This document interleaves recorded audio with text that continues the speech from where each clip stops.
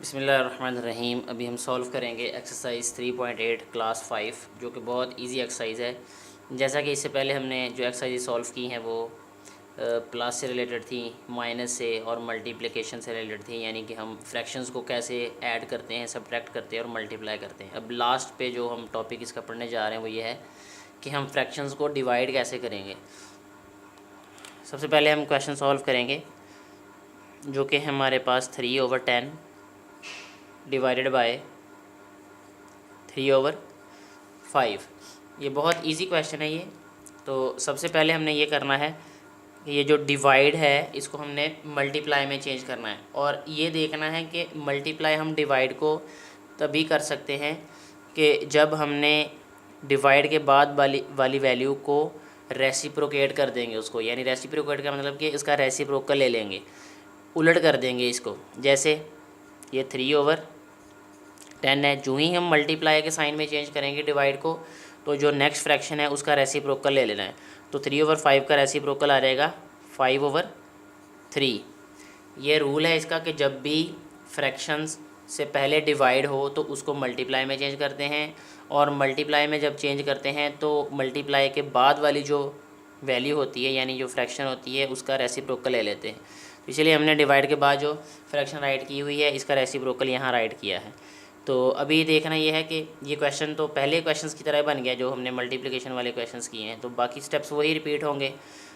ये कैंसिल हो रहा है दोनों आपस में, और ये 5 1 ज़ार 5, 5 2 ज़ार 10, तो यह रहेगा 1/2। ये इस क्वेश्चन का आंसर आ जाएगा ये।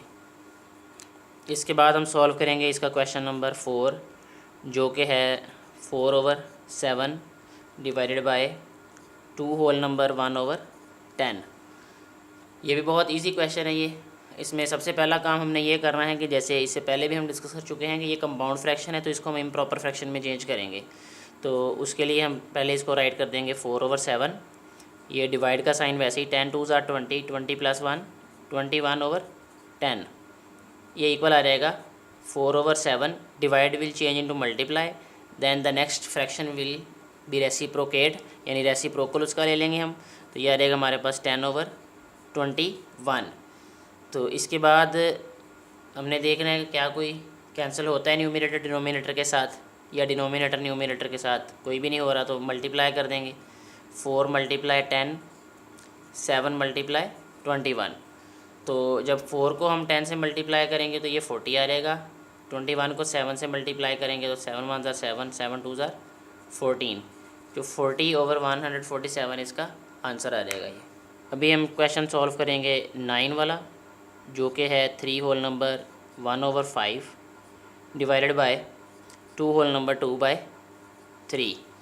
ये भी बहुत इजी है। सबसे पहले हमने ये करना है कि इसका जो कंपाउंड फ्रैक्शन चेंज करेंगे इसको, कंपाउंड फ्रैक्शन को इम्प्रॉपर फ्रैक्शन में।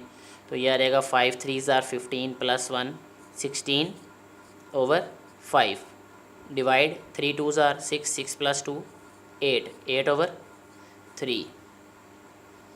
नेक्स्ट इसको राइट करेंगे 16/5। डिवाइड को मल्टीप्लाई में चेंज किया तो उसके जो सामने वाली वैल्यू है या उसके बाद वाली वैल्यू है उसका रेसिप्रोकल राइट करेंगे, तो यह रहेगा 3/8। तो 8 1 ज़ार 8, 8 2 ज़ार 16, तो यह रहेगा 3 2 ज़ार 6, 5 1 ज़ार 5। अभी यहाँ पे ये चीज़ देखनी है कि हमारे पास जो न्यूमरेटर है वो ग्रेटर है डिनोमिनेटर से, तो हम इसलिए 6 को डिवाइड करेंगे हम 5 पे। 5 1 ज़ार 5, 6 में से 5 माइनस करेंगे तो 1 आ जाएगा। सो इस क्वेश्चन का आंसर आएगा 1 होल नंबर 1/5। ये इस तरह क्लॉकवाइज चलते हैं, हम राइट करेंगे इसको।